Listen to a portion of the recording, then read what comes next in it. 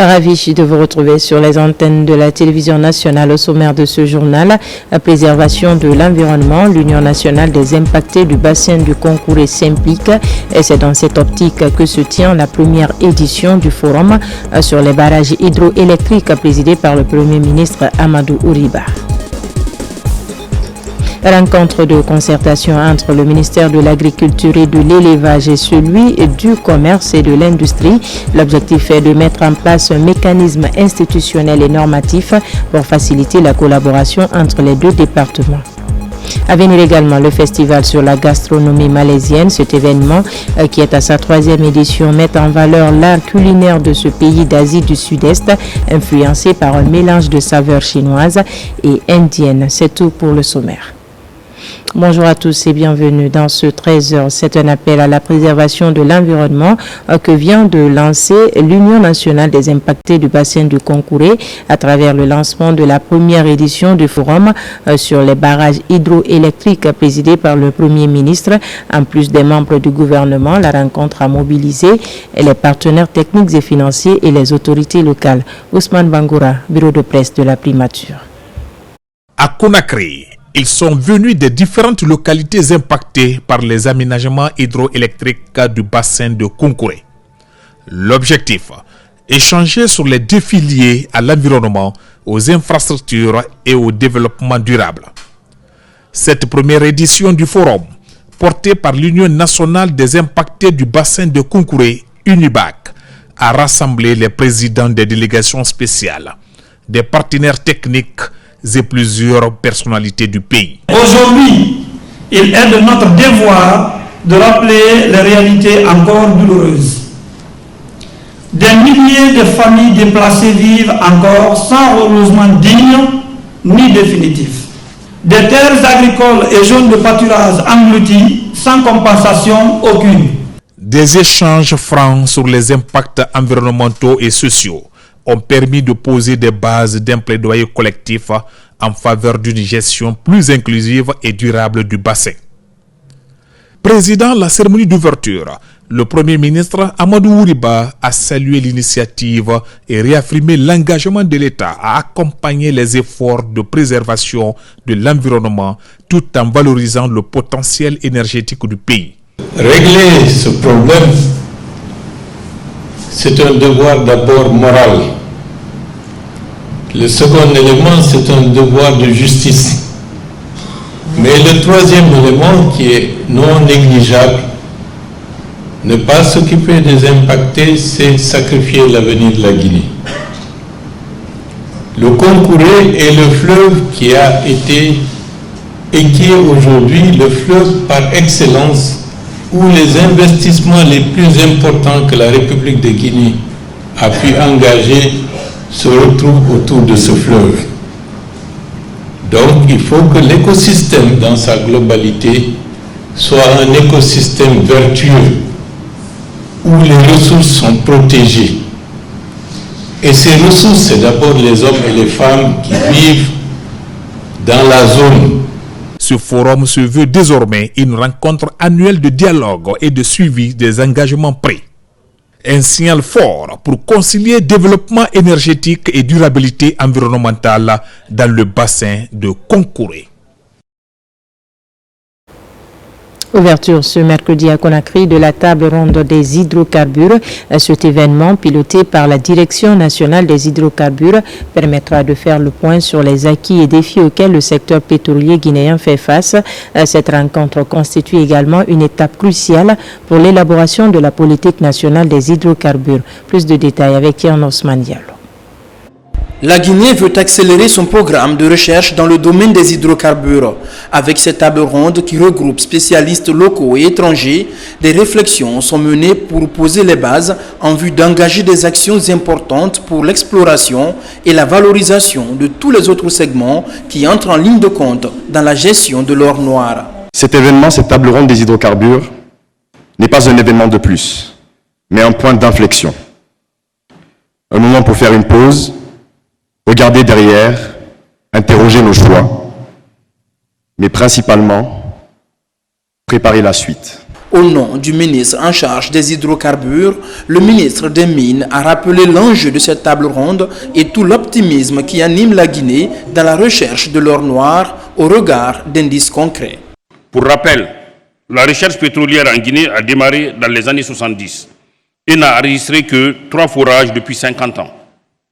Cela s'explique par une priorisation du secteur minier au détriment du secteur des hydrocarbures et par l'absence d'une stratégie claire pour la mise en valeur des hydrocarbures. À elle seule, la Guinée possède 42 000 km² de sismique 2 dimensions et 16 000 km² de sismique 3D, couvrant le bassin offshore dont la superficie est estimée à 93 000 km². Les conclusions de cette table ronde ouvriront la voie à l'élaboration d'une politique nationale et d'un schéma directeur des hydrocarbures en Guinée. Le Premier ministre, chef du gouvernement, a réitéré tout l'engagement de l'État à œuvrer pour donner à ce secteur une dimension plus importante dans la marche du pays. Sous le leadership du général Mamadi Doumbouya, il y a une rupture par rapport à la manière dont on a conçu beaucoup de politiques stratégiques majeures de la Guinée. Grâce à Dieu, nous avons enregistré avec beaucoup de bonheur que des pays proches, frères de la Mauritanie en passant par le Sénégal jusqu'aux confins de la Guinée-Bissau, il a été découvert des nappes de pétrole. Et nous appartenons à la même ère géosismique ou sédimentaire qui permettrait que nous développions nous aussi les forages. Au Sénégal, si ma mémoire est bonne, il y a plus de 300 puits ou de forages. En Guinée, 50 ans, il n'y en a eu que 3. D'où la nécessité d'accélérer le développement des forages pour s'assurer est-ce que oui ou non nous avons de manière satisfaisante des nappes pétrolières dans notre territoire. La table ronde des hydrocarbures va durer 3 jours et sera ponctuée tout au long de panels et de séances de formation de techniciens. Dans l'actualité également, le bureau de suivi des priorités présidentielles vient d'organiser la revue des projets urgents inscrits dans le portefeuille de l'État. Un seul objectif, présenter les projets tout en identifiant des contraintes pour des solutions correctives. Aboubakar Junior Camara, reportage. Dans cette salle, les acteurs impliqués dans l'exécution des projets inscrits dans le portefeuille de priorités présidentielles, ils se concertent sur la gouvernance efficace des projets à travers une évaluation collective de leur niveau d'exécution, mais aussi identifier les contraintes pour des mesures correctives. Ce matin, nous démarrons avec le comité ad hoc Simandou, la revue technique de ce portefeuille. Nous allons recevoir l'ensemble des projets, les 34 projets qui sont inscrits dans ce portefeuille, qui vont nous présenter le niveau d'avancement et les contraintes de mise en œuvre de leurs projets. L'objectif est de préparer un document de revue technique qui va être présenté aux membres du gouvernement le vendredi prochain. Et nous estimons arriver à un document qui résume, qui nous présente la photographie actuelle de l'ensemble de ces projets, leurs contraintes de mise en œuvre et également les solutions qu'il faut proposer le plus rapidement possible. À l'issue de ces revues, un état de lieu actualisé sera établi en identifiant les problèmes majeurs de mise en œuvre et leur documenter afin de formuler les recommandations concrètes et consensuelles. Nous faisons cette revue à la fois pour interpeller les projets, les ministères sectoriels porteurs de ces projets et que l'on puisse ensemble avec la Direction nationale de la dette, la Direction générale plutôt du Trésor, la dette, les investissements publics, les marchés publics, et la CGP, nous puissions ensemble travailler à matérialiser toutes ces mesures qui sont prévues afin de permettre une mise en œuvre plus diligente de l'ensemble de ces projets.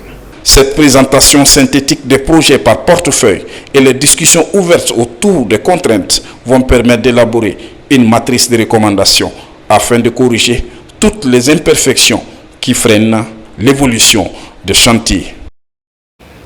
Je vous le disais dans les titres, à Conakry, une rencontre de concertation est initiée par le ministère de l'Agriculture et de l'Élevage et celui du Commerce et de l'Industrie. L'objectif est de mettre en place un mécanisme institutionnel et normatif pour faciliter la collaboration entre les deux départements.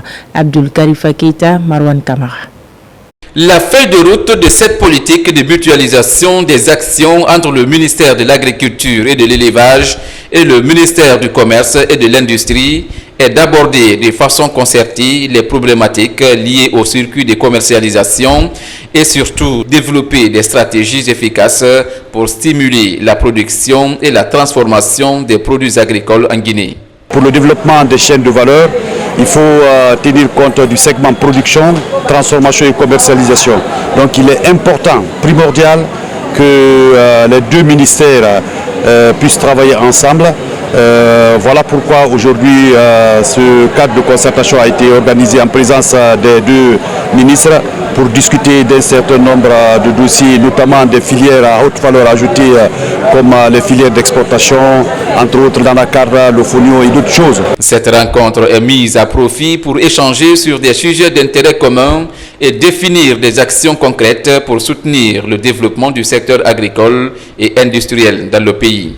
On a aussi passé en revue la question de la relance d'unités industrielles. Qu'est-ce que les deux ministères peuvent faire sur ces relances, mais aussi sur les projets que nous avons en commun, dont la tutelle se trouve soit chez nous ou bien au niveau du ministère de l'Agriculture. La réunion d'aujourd'hui s'inscrit dans le cadre de l'opérationnalisation du programme Simandou. Cette initiative s'inscrit également dans l'agenda du gouvernement pour renforcer la synergie interministérielle et assurer la cohérence des politiques agricoles et industrielles. Son enjeu, améliorer la vie des citoyens et garantir la sécurité alimentaire. Par ailleurs, une mission conduite par le ministre des Transports a visité les installations minières de Boufa à Kamsar et Bouquet. Il était principalement question pour Ousmane Gawal Diallo de faire le lien entre les infrastructures portuaires réalisées par ces sociétés minières sur le terrain et ce que prévoient les cahiers de charges. Abraham Christophe Conté nous en dit plus. C'est une série de visites que le ministre des Transports, porte-parole du gouvernement, a entamée. Elle est orientée vers les ports minéraliers de Guinée. Première étape, la zone spéciale de Bofa. Ici, dans les locaux des installations du groupe Chalco Guinée, le ministre est à pied d'œuvre avec des cadres de son département. Ils viennent tous constater le fonctionnement des ports minéraliers dans la préfecture de Bofa.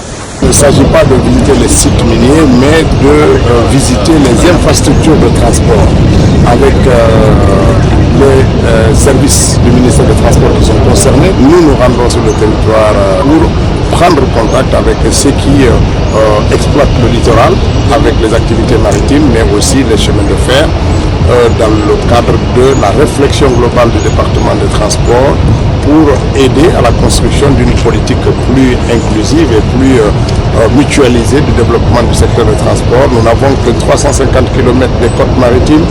Nous devons les exploiter et les préserver aussi pour d'autres générations. Comme ça, la mission échange avec les cadres de la CBG et visite des installations portières. Il est question de constater également le niveau d'exécution du cahier des charges que le gouvernement a demandé aux exploitants. Cela pour le respect de toutes les lois guinéennes en matière d'exploitation minière. Et à CBG, on l'a reçu, on l'a amené au niveau du quai minéralier, qui reçoit le bateau minéralier, et on vient de visiter le quai italien qu'on appelle le quai commercial, qui reçoit toutes les pilotines qui facilitent les opérations portuaires. Cette mission de conformité intéresse des cadres et directeurs impliqués dans le processus de l'exploitation minière au ministère des Transports. Elle doit aider l'État à avoir la lumière sur le comment les ports miniers fonctionnent ces dernières années en Guinée, surtout en matière d'exploitation. À l'image de la ville de Zérékoré, les opérations d'enrôlement et de délivrance des passeports biométriques ont été lancées en Kankan, un ouf de soulagement pour les populations de la région qui se voyaient contraintes de rejoindre Conakry pour obtenir ce document administratif. Alpha Issiagaba Suleiman Kondi. Kankan-Nabaya, la deuxième plus grande ville du pays, connaît une forte croissance démographique. Avec une population estimée à plus d'1 million d'habitants, depuis ce mercredi matin, un vent de renouveau souffle sur la capitale de la Haute-Guinée. Les opérations d'enrôlement et de délivrance des passeports biométriques se font désormais sur place en toute sécurité. Le lancement officiel a été effectué par le ministre Bachir Diallo. Je suis très content de ces opérations d'enrôlement et de délivrance des passeports biométriques ici à Kankan. On avait trop souffert parce qu'on était obligé de partir jusqu'à Conakry pour avoir un passeport. Cette opération qui vise à rapprocher les services de sécurité à la population et à améliorer l'accès des citoyens aux documents de voyage dans le respect de normes internationales. Cette avancée s'inscrit dans le cadre de la modernisation de l'administration publique, l'une des plus grandes visions du président de la République, le général Mamadi Doumbouya. La politique de décentralisation des services publics, notamment ceux liés au passeport biométrique, vient ainsi concrétiser un vieux rêve longtemps nourri par les populations de l'intérieur du pays. Le président de la République nous a instruit tous les ministres, membres du gouvernement, de porter les services publics de l'État le plus proche de nos concitoyens partout où ils se trouvent, en tout moment et en toutes circonstances. C'est ce qui est à l'origine de notre rencontre ici aujourd'hui pour mettre à la disposition des populations de la région administrative de Kankan un centre, une structure pour leur permettre de disposer d'un document essentiel, un document stratégique, le passeport biométrique guinéen. Pour la région de Kankan, les préfectures de Kouroussa, Mandiana, Kérouane et Sigiri sont directement concernées. L'enrôlement et la délivrance des passeports biométriques à l'intérieur du pays s'impose désormais comme une véritable stratégie de décentralisation des services publics, rapprochant ainsi l'administration des citoyens. Dans le même registre, à Manéa, des jeunes renforcent davantage leur appui au programme national de recensement administratif à vocation d'état civil. D'ailleurs, un mouvement dénommé Doumbouya Fait a vu le jour. Sa mission, faciliter l'obtention des données fiables sur la population conformément aux idéaux des autorités de la transition. Aboubakar Diaby, reportage. Dans la nouvelle commune de Manéa, les initiatives citoyennes se concrétisent pour accompagner le recensement biométrique. Les jeunes de cette contrée sont à pied d'œuvre pour sensibiliser leurs concitoyens à se faire recenser. Ici, le mouvement Doumbouya Fait Manéa Lagnife Nara est lancé dans cette dynamique pour fournir des informations précises sur la population guinéenne. Nous affirmons que le programme national de recensement à vocation d'état civil a été un réel succès à Manéa. Nous nous réjouissons pleinement de cette initiative qui vise à doter la population guinéenne d'un statut de citoyen libre. Pour marquer sa présence sur le terrain, cette plateforme, qui regroupe essentiellement les jeunes de Manéa, soutient les acquis du CNRD pour le développement socio-économique en Guinée. Le MODOUF entend jouer sa partition pour rendre effectif le programme national de recensement administratif à vocation d'état civil PNRAVEC. Il faut aussi saluer l'initiative des membres du MODOUF. L'invite que je peux faire à la population, c'est d'aller se faire recenser. Parce que c'est un des éléments auxquels le président de la République, le général Mamadi Doumbouya, tient. C'est inscrit dans ses priorités. Par cette rencontre, les mécanismes d'obtention des documents exigés pour le recensement sont largement expliqués aux participants. Une tribune d'échange d'idées pour faciliter le travail des agents recenseurs pour une meilleure planification de la politique publique à travers des données fiables de la démographie du pays. En marge de la célébration de la journée mondiale de lutte contre la drépanocytose, une série d'activités est organisée. Il s'agit de la formation des médecins et le don volontaire de sang couplé à la sensibilisation sur la prévention de la drépanocytose. Les services d'hématologie des CHU Inyasdine et Donka, en collaboration avec la Fédération guinéenne des personnes atteintes de la drépanocytose, sont les organisateurs. Compte rendu Hadiatou Bari. La drépanocytose et l'hémophilie sont toutes deux des pathologies chroniques du sang. Elles émergent de plus en plus en Guinée. Cependant, leur diagnostic et prise en charge sont quelquefois mal faits. Les professionnels de santé sont directement concernés par cette réalité.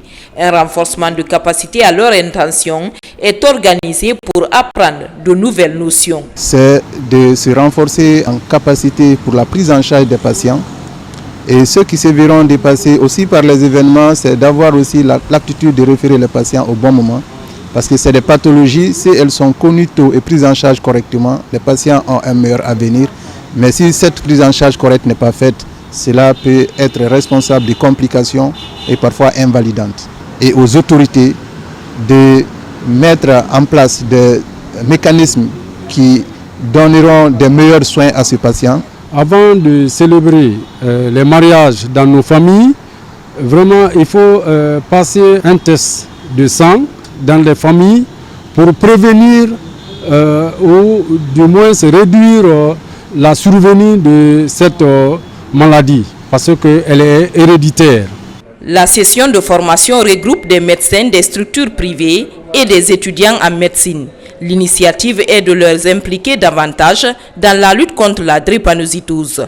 Cette formation aujourd'hui est une étape importante dans notre combat car elle vise à renforcer les capacités de tous les acteurs engagés afin de mieux comprendre, mieux diagnostiquer et mieux accompagner les patients drépanocytaires et les patients hémophiles. Ce renforcement de capacité des professionnels de santé fait partie de la célébration de la Journée mondiale de lutte contre la drépanocytose. À l'occasion, une campagne de collecte de sang en faveur des malades est aussi organisée par les initiateurs. Autre titre de ce journal, Festival sur la gastronomie malaisienne, un événement qui est à sa 3e édition, met en valeur la culinaire de ce pays d'Asie du Sud-Est influencé par un mélange de saveurs chinoises et indiennes. La cérémonie a connu la présence d'éminentes personnalités. Sona Sagno, reportage. Le Festival de la gastronomie malaisienne est considéré comme un patrimoine riche et diversifié. Il est influencé par un mélange de saveurs asiatiques, notamment celles de la cuisine malaise, chinoise et indienne. Il est constitué d'un mélange d'ingrédients frais, d'épices aromatiques et de techniques de cuisson variées. Et cette année, la particularité de cette 3e édition va de pair avec la présidence de la Malaisie à la tête de l'ANAS, l'Association des Nations d'Asie du Sud-Est, depuis le 1er janvier 2025. This is part of our promotion to create awareness. C'est une occasion pour nous, en tant qu'ambassadeur de Malaisie en Guinée ici, de faire connaître aux experts présents en Guinée, mais aussi à nos frères guinéens, à l'art culinaire malaisien. L'objectif, c'est réellement de créer de la connexion, créer, faire la promotion de la Malaisie en tant que pays, mais aussi de l'art culinaire. À travers ce festival, la cuisine malaisienne dévoile tous ses secrets en mettant en valeur son identité culinaire. Des moments forts sont aussi organisés pour goûter aux plats exceptionnels comme le nasi lemak, le taï tarik. Ce festival propose également des activités de démonstration culinaire des chefs cuisiniers. Aujourd'hui, on a fait une démonstration d'un plat de la street food malaisienne très simple, c'est le kwar chek tao. C'est fait à base de crevettes, de soja, de nouilles, d'ail, de piment et de garlic. Alors ce qui est important dans cette culture-là, c'est qu'elle est simple et adaptable. Vous avez vu, en 5 minutes de démonstration, 2 personnes ont pu reproduire le même plat. C'est vraiment impressionnant de prendre part à ce genre d'événement parce que là, on a l'opportunité d'en savoir davantage sur non seulement le pays, l'art culinaire, le goût, les différents mets qui ont été proposés. À Conakry, ce rendez-vous culinaire célèbre non seulement la créativité, mais aussi l'excellence de la cuisine malaisienne. À travers cette rencontre dédiée à l'art du service et à la table, les autorités malaisiennes et guinéennes entendent à nouveau resserrer les liens d'amitié et de coopération entre les deux pays. Et pour terminer, le quartier Tombolia, récemment érigé en commune urbaine, se distingue de plus en plus dans la promotion des idéaux de refondation du CNRD. Une série d'activités citoyennes est organisée par les jeunes et soutenue par les autorités locales. On peut entre autres citer le concours quartier propre et la vulgarisation du PNRAVEC. Aboubakar Diaby. Pour lutter contre l'insalubrité de la capitale Conakry, les initiatives continuent d'être entreprises de façon spécifique. Dans la commune de Tombolia, par exemple, cette compétition quartier propre est organisée pour favoriser l'hygiène publique en cette période de grandes pluies. Simultanément, des sensibilisations sont menées pour encourager les populations dans le cadre du recensement biométrique. Deux actions différentes mais étroitement liées sur la feuille de route du gouvernement de la transition. Le recensement de la population est un acte fondamental pour tout État qui souhaite se développer de manière équitable et efficace. Le recensement nous permet de connaître le nombre exact de la population. Il permet également de connaître l'identité de chaque citoyen dans un État. C'est une série d'activités qui vise à vulgariser l'esprit de civisme et patriotisme pour le développement socio-économique en Guinée. Les enjeux de préservation de l'environnement et la réussite du programme national de recensement administratif à vocation d'état civil PNRAVEC constituent des priorités phares pour les autorités communales de Tombolia. Lancement officiel de la semaine de ratissage vers la deuxième ligne droite du recensement. Cette troisième initiative vient aider à clore, à partir de Tombolia, le vaste accompagnement de l'important programme qui aujourd'hui demeure une de nos priorités depuis le sommet de l'État jusque dans les derniers carrés du découpage territorial de la Guinée. Par cette rencontre, les avantages de cet outil stratégique qui est le PNRAVEC sont largement divulgués. Il s'agit entre autres de l'obtention des données fiables sur la population pour mieux planifier la politique publique. Voilà qui m'a fait à ce journal. Merci de nous avoir reçus chez vous. L'actualité se poursuit sur notre site le www.rtgguinée.info. On se retrouve à 17h pour d'autres informations de la Guinée, notre paradis, terre de richesse et d'innovation.